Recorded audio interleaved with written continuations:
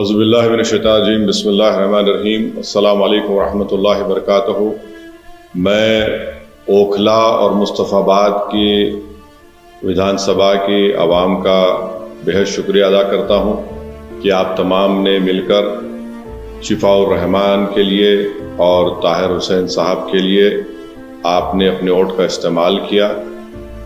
मैं आपका बेहद शुक्रगुजार हूँ कि आपने बड़ी मेहनतें की। मैं तमाम मजलिस के अरकान का, जनाब शिफाउर रहमान के साथियों का, उनके फैमिली का, ताहिर साहब के फैमिली का और ख़ास तौर से शिफाउर रहमान और ताहिर साहब के शरीक हयात का और ताहिर साहब के 20 साला नौजवान फर्जन का, इनका भी बेहद शुक्रिया अदा करता हूँ कि इन्होंने बड़ी मेहनत की, जस्तजू की।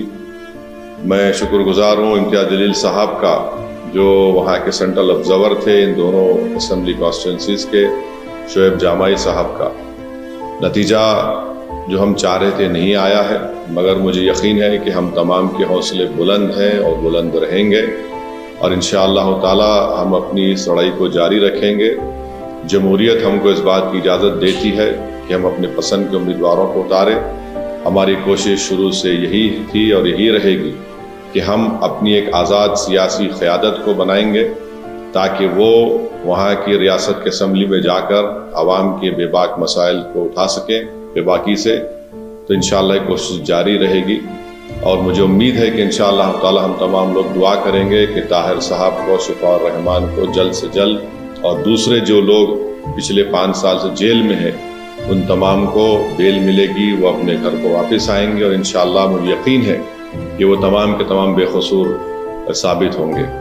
मैं एक बात अवाम अन्नास को बताना चाहता हूँ कि नतीजे आने के बाद आप देख रहे हैं कि जो लोग अपने आप को बड़ा सेकुलरिज्म के दावेदार कहते थे, वो दोनों सियासी पार्टियाँ आज एक दूसरे पर बी टीम का इल्ज़ाम नहीं लगा रही हैं। इससे ये बात साहब जाहिर होती है कि जहाँ मजलिस इलेक्शन अगर ज़्यादा सीटों पर लड़ जाती है तो ये फ़ौरन इनका ये हरबे हथकंडे इस्तेमाल करना शुरू हो जाते। अब जब दोनों लड़कर हार गए बीजेपी के ख़िलाफ़ तो इनमें बड़े ही महज़िब तरीक़े से अदब के दायरे में रहकर एक दूसरे को तनकीद कर रहे हैं। तो ये लोग बेनिकाब हो रहे हैं कि कैसे मजलिस जब आपकी क़यादत को, आपकी एक आवाज़ को उठाने की बात करती है, हिस्सेदारी की बात करती है, तो इन सब के पेट में दर्द शुरू हो जाता है। बहरहाल हम अपनी कोशिशों को जारी रखेंगे। हमारी कोशिश यही रहेगी कि ओखला और मुस्तफ़ाबाद में विकास और तरक्याती का काम मुकम्मल हो, वहाँ के अवाम के बुनियादी मसाइल हल हों और हम इसके लिए कोशिश करते रहेंगे। मैं आप तमाम का बेहद शुक्रिया अदा करता हूँ और हमने मेहनतें की। अल्लाह हमारी इस मेहनत को, कुर्बानी को ज़रूर कबूल करेगा और इंशाअल्लाह